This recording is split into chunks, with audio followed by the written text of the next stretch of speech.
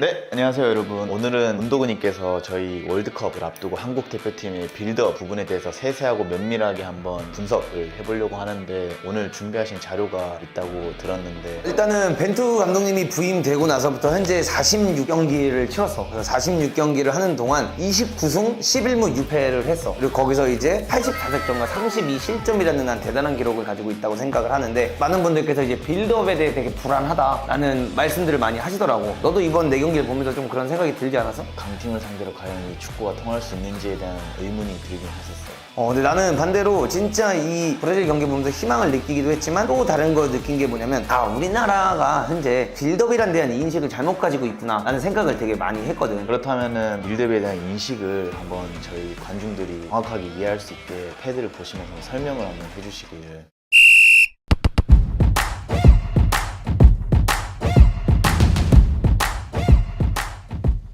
일단은 이 과르디올라의 바르셀로나 티키타카 축구를 보고 막 이런 걸 보면서 막 무조건 패스를 2, 3씩 하면서 막 환상적인 골을 넣어야 된다고 생각을 하는데, 사실 펩 과르디올라의 맨시티도 그런 완벽한 골들은 자주 넣는 게 아니거든. 가끔가다 한 번씩 넣기 때문에 그런 게 이제 짤로 나오고 막 이런 건데, 오늘은 내가 진짜 코스타리카전부터 최대한 찾아볼 수 있는 영상들을 다 보면서 분석을 했어. 그래서 이거를 분석하면서도 조금 무서웠던 게, 이거 대표팀 전략 노출 아닌가? 우루과이랑 포르투갈이랑 가나가 이거 보면 큰일 난다. 나 우리나라에서 욕먹을 수도 있겠다라는 생각을 했지만, 그래도 이제 시청자분들께서 우리나라 축구가 도대체 빌드업이 뭔지를 좀 아셨으면 좋겠다는 생각을 해서 이걸 준비를 하게 됐는데, 사실 벤투 감독님이 추구하는 빌드업 축구는 패스를 엄청 많이 하자라는 것보다는 상대를 끌어들여서 그 빈 공간을 공략하자의 축구라고 보면 될 것 같아. 그래서 이제 빌드업하는 걸 보면 김영건에서부터 볼이 시작을 하는 걸 볼 수 있는데, 김영건이 김민재한테 볼을 떠나보내면서 정우영이 이게 사이로 끼는 걸 볼 수 있어. 미리 끼진 않아. 떠나보낼 때쯤 사이로 딱 끼는데 상대가 투톱, 브라질도 투톱으로 나왔거든. 그럼 요렇을 경우에 압박을 주로 할 때 어떻게 배워? 상대를 몰아서 한다고 전 배워서. 그치? 그럼 여기서 이게 정우영 때문에 이 선수도 이 패스의 길을 차단을 하면서 나가야 되기 때문에 이렇게 몰면서 하게 된단 말이야. 그리고 얘가 이제 같이 이렇게 올라오게 되겠지, 김영건이랑 정우영 때문에. 그럼 이제 거기서 김민재한테 어떤 조건이 생길까? 전진 드리블을 할 수 있는. 그렇지. 앞으로 치고 나가면서 축구를 할 수 있는 환경을 만들어줘. 근데 여기서 김민재가 그냥 치게 되면 사실 황희찬, 황인범, 백승호, 손흥민, 홍철, 이용 다 어떻게 보면 상대한테 묶여있는 걸 볼 수 있잖아. 그래서 이 볼이 김영건에서 김민재로 전달이 될 때 여기서부터 바로 중요한 게 뭐냐면, 황희찬이 바로 대시를 시작해. 황희찬이 여기서부터 김민재가 쭉 밀고 나오기 시작하면 황희찬이 쭉 뛰어줘. 그냥 공을 받든 안 받든 상관이 없는 거야. 정해져 있는 패턴이라는 거지. 이렇게 쭉 뛰어지게 되면 이 7번 선수가 황희찬을 순간적으로 따라가는 경우가 있고, 혹은 안 따라가는 경우도 있어. 근데 이렇게 되면 이 3번이 어떻게 될까? 황희찬 선수를 마크하러. 그치, 김민재가 킥을 할 수 있기 때문에 라인을 이렇게 무르게 되는 경우가 되게 많다는 거야. 그럼 라인이 이렇게 무르게 됐을 때 이용이 자연스럽게 요 커진 갭 사이 공간으로 들어가는 걸 되게 많이 볼 수 있는데, 김민재가 이렇게 치고 나왔을 때 예를 들어 이 7번이 이용을 따라갈 수도 있는 거고, 아니면 김민재한테 이제 압박을 나올 수도 있단 말이야. 그럼 여기서 김민재한테 압박을 나왔다는 가정하면 어떤 일들이 일어날 수 있을까? 이용이 노마크 찬스. 그렇지. 정말 편하게 공을 받아서 축구를 할 수 있는 경우가 되게 많이 나와. 그래서 여기서 이렇게 잡아서 바로 손흥민 뛰어들어오면서 크로스를 올리는 경우도 있고, 그럼 패스가 단 2개만의 크로스 찬스까지 왔다는 거지. 근데 여기서 이제 상대가 압박을 굉장히 빠르게 이런 식으로 이제 땡겨오면서 압박을 나왔다는 가정하면, 이용이 이런 거를 앞으로 치다 뺏기는 게 아니라 일부러 반대로 치더라고. 그럼 이렇게 반대로 치게 되면 당연히 6번 선수도 끌려올 수밖에 없는 상황이 되면, 요 빈 공간에 이제 황인범이나 이재성 이런 선수들이 들어오면서 요 볼을 받는 거지. 그럼 이렇게 받았을 때 손흥민이 지금까지는 아무것도 안 하고 있는 거예요. 반대편에서 진행이 되고 있으니까. 그럼 여기서 이제 황인범이 볼을 잡았을 때 손흥민이 그때부터 침투를 이렇게 쫙 해줘. 그러면 또 라인이 무르게 되고 황의조에게 공간이 생기고, 아니면 요 사이드에 공간이 생기기 때문에 홍철이 슬쩍 올라가고, 백승호가 요런 데 있기 때문에 얘네가 이제 같이 압박을 나오는 상황이라 끌려올 수밖에 없다는 거지. 그럼 여기서 이 패스가 올라가게 되고, 홍철이 앞으로 터치 한번 한 다음에 황의조가 잘라 들어오고, 손흥민이 이렇게 있고, 황희찬이 뒤로 세컨 먹고, 이용이 반대쪽 들어오면서 이렇게 크로스 올라오면서 좋은 찬스를 맞이하는 경우가 되게 많아. 그래서 이게 첫 번째 공격 패턴 중 하나라고 보면 될 것 같아. 그래서 경기를 볼 때 한번 자세히 이런 상황이 나오는 걸 보면 더 축구를 재밌게 볼 수 있지 않을까라고 생각을 하고, 그냥 단순히 움직이는 게 아니라 이런 플레이를 하고 있다라는 걸 좀 보여주고 싶었고, 브라질전에서 이제 아쉬웠던 건 여기서 이제 황인범이 잡거나 백승호가 공을 잡았을 때 사실 요 손흥민이나 홍철한테 주는 패스가 다니 알베스한테 잘렸다든가 카세미르나 누구한테 잘려서 우리가 다시 공격을 당하는 상황이 많아서 그랬지 되게 긍정적인 부분이 많았다. 브라질도 위기를 느낄 뻔했던 부분들이 몇 가지 있었다라고 볼 수 있었고, 두 번째 이제 빌드업 장면을 내가 보여주고 싶은 건 이 장면이야. 이 장면인데 이거는 조금 더 다른 게 이제 김영건이 일부러 김승규한테 준 다음에 상대의 압박을 유도하는 경우라고 되게 많이 볼 수가 있어. 그래서 이런 경우에서는 어떻게 진행이 되냐면 김영건이 이제 상대가 압박을 바로 이렇게 나올 수도 있잖아. 굳이 몰지 않아도 정우 형이 가운데 있으니까 그냥 이렇게 압박을 낳아버리는 거지, 상대가. 그럼 이렇게 압박을 낳아버리기 시작하면 김영건이 이걸 전진을 하기가 쉬울까 어려울까? 어렵죠. 굉장히 어렵기 때문에 그럼 좋아, 오히려 좋아, 뒤로 가버리는 거야. 그래서 이런 거를 김영건이 김승규한테 주고 쫙 벌리고, 뭐 김민재가 이번 경기에 뛰진 않았지만 이렇게 쫙 내려가 주는 걸 되게 많이 볼 수가 있어. 그럼 자연스럽게 이 둘은 김영건이랑 김민재한테 가긴 가지만 이 사이 패스를 보면서 가겠지. 근데 여기서 이제 좋은 게 예전 같은 거면 이런 상황이 되면 우리 키퍼들이 뭐해? 뻥 차서 티아고 실바한테 뺏겨서 우리가 소유권을 내줬을 건데 김승규가 이걸 차지를 않아. 난 그래서 브라질전에서 가장 좋았던 장면이 김영건이 김승규 줬는데 전진 터치하는 거야. 이렇게 되면 정우 형이 이제 사이를 끼로 들어온단 말이지. 그럼 패스를 정우 형한테 이렇게 줘. 근데 상대가 압박을 잘 왔다고 치면 돌아서지 않고, 잘 안 왔을 때는 이럴 때는 이제 정우 형이 다시 김승규한테 리턴 패스를 주는 걸 볼 수 있고, 김영건이랑 김민재가 더 쳐져. 그럼 얘네 이때부터는 살짝 몰면서 이렇게 가게 된단 말이야. 그럼 이렇게 됐을 때 백승호가 이제 이 게임에 들어오기 시작하는 거야. 그래서 백승호가 이 게임에 들어오고 여기서 홍철이 이렇게 전진을 했기 때문에 이 윙어가 얘한테 가든 얘한테 가게 된단 말이야. 그럼 여기서 만약에 얘가 백승호를 따라왔어, 윙어가. 그러면 여기서 홍철이 비어있기 때문에 손흥민이 그냥 떼어주고 홍철 보고 킥을 김승규가 하는 경우가 있고, 이런 경우가 아닌 때는 반대로 백승호가 따라오면 백승호한테 연결이 되고 정우 형 때문에 얘는 점점 압박을 나오니까 정우 형이 주자마자 바로 돌아서서 백승호한테 이 공을 다시 받아. 그럼 이렇게 받았을 때가 이제 시작인데, 김진수가 뛰거나 홍철이 뛰거나 이제 뛸 때마다 좀 다른 점이 있는데, 손흥민을 극대화하고 싶을 때는 홍철이 안으로 언더래핑을 뛰더라고. 그래서 수비 라인을 끌고 똑같이 내려가질 수 있게 만들고, 손흥민이 여기서 이렇게 벌려 뛰면서 이 볼이 손흥민 발밑에 들어가서 손흥민이 1대1을 할 수 있는 환경을 만들어 주자. 그리고 여기서 수비가 이제 오게 되면 그때 이제 황인범이나 이런 선수들이 조인해서 여기서 공 받고 황희재 뛰어들어가고 황희찬 뛰어들어가고 이용이 세컨볼 보면서 이런 빌드업 축구가 일어나는 것도 되게 많이 볼 수 있어. 이렇게 세밀하게 하는 줄 알았어? 저는 몰랐죠. 진짜 세밀한 거야. 그러니까 벤투 감독님 축구를 내가 브라질전 보면서, 혹은 그 코스타리카전부터 그 46경기를 다 봤다고 말하면 거짓말이겠지만 그 경기들을 보면서 우리나라가 어떤 유형의 빌드업을 추구하는가를 많이 봤는데 이런 장면들이 진짜 많이 나오더라고. 근데 과연 이렇게 벤투 감독님의 전술적인 색깔은 확실하신데, 어쨌든 브라질이라는 강팀을 상대로 뭐 선수 개인 기량의 문제일 수도 있고 제대로 된 킥이 안 나와서 이런 전술이 구사가 안 됐는데, 과연 월드컵에서 이게 통할 수 있을지. 나는 이번에 우리가 5대1로 졌는데 그 5대1로 진 거를 되게 많은 사람들이 빌드업 축구하다 졌다라고 생각을 하는데, 사실 우리가 빌드업 하다가 뺏겨서 위험했던 상황은 있었지만 빌드업 하다가 뺏겨서 골 먹은 적은 없어. 다 우리가 수비를 할 때 애매한 위치에 서 있었기 때문에 실점을 한 거지, 혹은 공격하다가 그러니까 선택이 잘못돼서 잘린 거에 카운터에 대한 이제 그런 거였지, 막 이거 후방 빌드업 하다가 잘려가지고 골 먹은 건 없어. 위험했던 상황은 있지만. 근데 우리가 이 지점까지 가는 게 중요한 거잖아. 이 지점까지 가서 크로스를 올려야 되고 슈팅을 하는 게 중요한 거지, 이 지점까지 가지 못한다면 사실 희망이 없는 거거든. 근데 이번 4연전을 보면서 이 지점까지 굉장히 잘 가는 모습들을 볼 수 있었고, 마지막 부분에 이제 빌드업은 어떻게 볼 수 있냐면 바로 이런 거야. 똑같이 이제 전진 빌드업을 할 때 경우인데, 이런 경우 예를 들어 이제 홍철이 받으러 내려오는 경우도 있어. 이용도 받으러 내려오는 경우가 있고, 그럼 이런 걸 이제 김영건이 일부러 주는 거야. 그럼 얘네가 이제 압박을 어떻게 돼? 전진 압박을 당하게 되지. 그럼 이럴 땐 손흥민이 반대로 벌려주더라고. 그러면서 김영건이 내려오면서 또 얘네가 어떻게 될까? 끌려 나오게 되면 이렇게 공이 싹 들어가.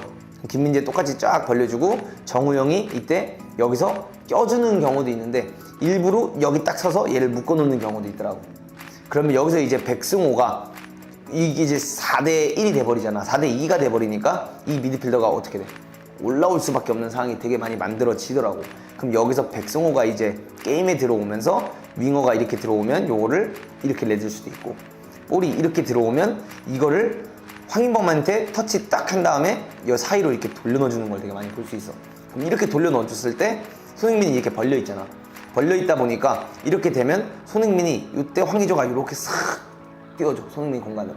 그럼 이제 또 얘는 어떻게 돼? 순간적으로 라인을 무르게 되고, 이때 손흥민이 밖에 있다가 안 보이는 곳에서 이 블라인드 스폿으로 들어오고, 황희찬이 전력 질주해주면서 이 라인 싹 끌고 나가고, 이용이 나가는 거 보고 손흥민이 쭉 넣어준 다음에 여기서 크로스 올라가서 넣는 장면. 꼭 이용한테 이렇게 되는 건 아니지만 반대쪽에서도 비슷하게 이제 작업이 되는 걸 볼 수 있는데, 이렇게 세 가지가 우리가 전진해서 빌드업하는 장면들이다 라고 볼 수 있는 것 같아요. 이런 패턴들을 사용을 하는데, 이번 경기에서 이제 아쉬웠던 거는 브라질 경기에서는 정우영 선수가 그냥 자기 커리어 역사상 최악의 경기를 했던 것 뿐이고 판단 미스들이 많았던 거지. 근데 그건 내가 전에 영상에 올렸던 것처럼 브라질이고 세계 최고 선수들이 왔기 때문에, 그리고 우리 응원단들이 너무 많아서 잘하고 싶은 마음이 컸기 때문에 좀 실수들이 더 나오지 않았나 라고 볼 수 있을 것 같고, 너가 아까 말했듯이 칠레, 뭐 파라과이, 이집트가 풀멤버가 오지 않았으니까 이길 수 있었다 라고 생각을 했다 그랬잖아. 나는 반대로 생각했을 때 그럼 우리는 풀멤버냐, 우리도 김민재 선수가 없었고, 김민재 없었고 이재성 없었고 우리도 풀멤버가 아니었다라는 거야. 그렇기 때문에 더 긍정적으로 바라볼 수밖에 없는 평가전이었다. 이번에는 저희가 지금 전방 빌드업, 공격 작업에 필요한 빌드업에 대해서 한번 알아봤는데, 과연 후방 빌드업 형태에 대해서 어떻게 설명을 해주실 수 있을지. 후방 빌드업 부분에 있어서도 또 재밌는 요소들이 굉장히 많더라고. 특히 브라질전, 난 진짜 브라질전 되게 긍정적이게 보는 게 세계 최고를 상대로 우리가 그런 장면들을 만들어냈기 때문에 좋게 봤는데, 이렇게 세팅을 주로 하는 걸 볼 수 있어. 백승호랑 황인범이 일부러 높은 위치에 있어. 일부러 높은 위치에 있고, 손흥민이랑 황희찬이 좀 벌려있는 거 볼 수 있고, 홍철이랑 이용도 비교적으로 높은 위치에 서서 준비를 하고 있는 걸 볼 수 있는데, 투톱에 이렇게 압박을 나왔을 경우 볼이 이제 김승규에서부터 시작을 한단 말이야. 그럼 김승규에서부터 시작을 한다고 치면, 예를 들어 김용건을 줬어. 그럼 이제 바로 얘네가 뭐 했을까? 압박 들어. 압박을 나오는데, 이때 백승호가 여기 멀리 있다가 이렇게 순간적으로 받으러 내려온다 그랬잖아. 아까 정우영 저 딸이 가는 것처럼. 이렇게 되면 이 선수가 어떻게 될까? 딸려서 또 압박 들어올 거고. 그치. 이 딸려오는 압박에 이제 위험하니까 여기서 이거를 김승규한테 다시 줘.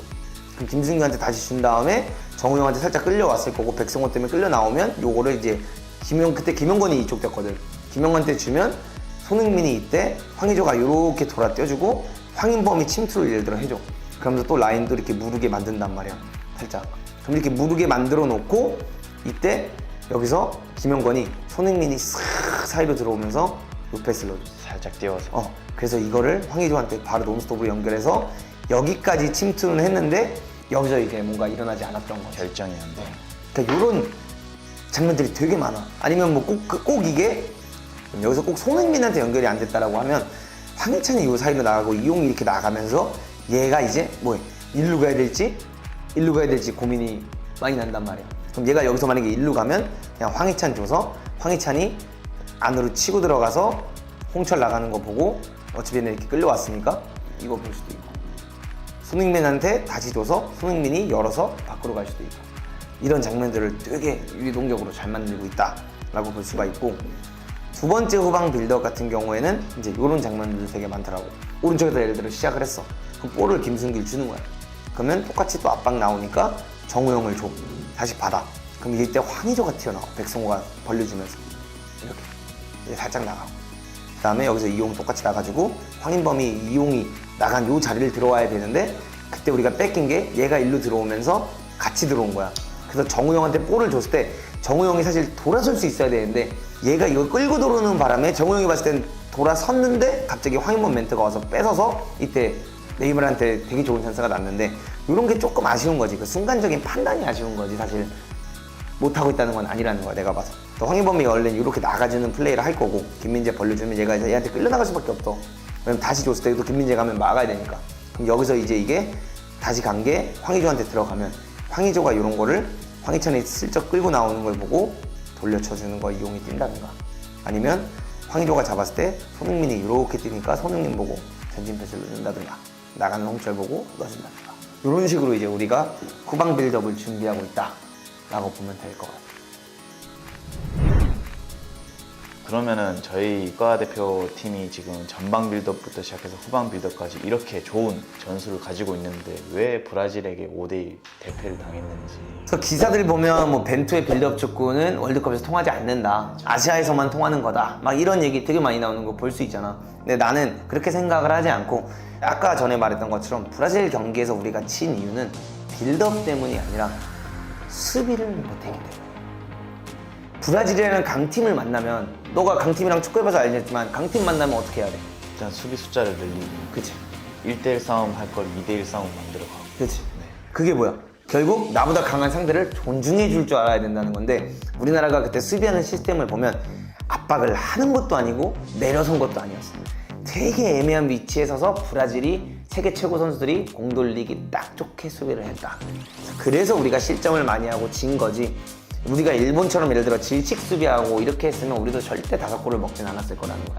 근데 나는 이 부분에 있어서 벤투 감독님을 정말 극찬하고 응원하는 부분 중 하나가 뭐냐면, 우리나라 감독님을 이거 비판하는 거 맞겠네. 비판하는 건데, 우리나라 감독님이 그 우리나라 홈 관중 그렇게 많이 온 데서 어떤 깡으로 이런 빌드업을 해봤겠어. 그렇죠. 대패를 당. 대패 당하는 순간 경질 얘기, 뭐 교체되기 이런 얘기를 들을 거 아는데도 이런 깡을 가지고 이런 빌드업을 할 수 있는 사람이 몇 없다. 수비적인 부분에서도 내려서서 결과만 얻으려고 플레이를 할 수는 있겠지만 친선 경기잖아. 월드컵을 앞두고 히딩크도 막 깨졌잖아 처음에. 5대0. 5대0, 별명이 5대0이잖아. 근데 왜 이렇게 수비를 했냐면 나도 솔직히 궁금하긴 한데, 벤투는 그랬던 것 같아. 결과에 집착을 한 게 아니라 이런 팀들한테 이렇게 수비를 해봐도 될까 안 될까 라는 걸 본 것 같고, 가장 이 평가전에서 벤투 감독님이 얻고 싶었던 게 난 뭘까 되게 열심히 고민을 해봤는데, 내가 생각했을 때 벤투 감독님이 이 친선 경기를 통해서 얻고 싶은 거는 이런 장면들이, 비디오가 다 녹화를 하잖아. 촬영을 하니까 선수들은 5대1로 져서 되게 슬플 수도 있고 막 화가 날 수도 있는데, 브라질한테 지고 나서부터 이생일몰 했잖아.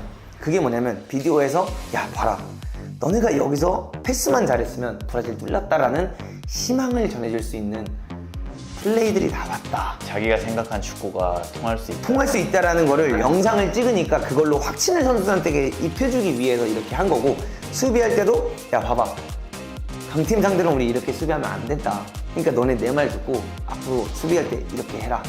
그래서 그 경기 이후로부터는 전방 압박이면 차라리 전방 압박을 되게 잘한 모습들을 보였고, 전방 압박 안 하고 내려섰을 땐 잘 내려선 모습들을 보였는데, 그런 것들을 이제 맞춰나가는 단계라고 난 생각을 하고, 그런 부분은 이제 다음 화에서 전방 압박까지 하면 너무 길어지잖아.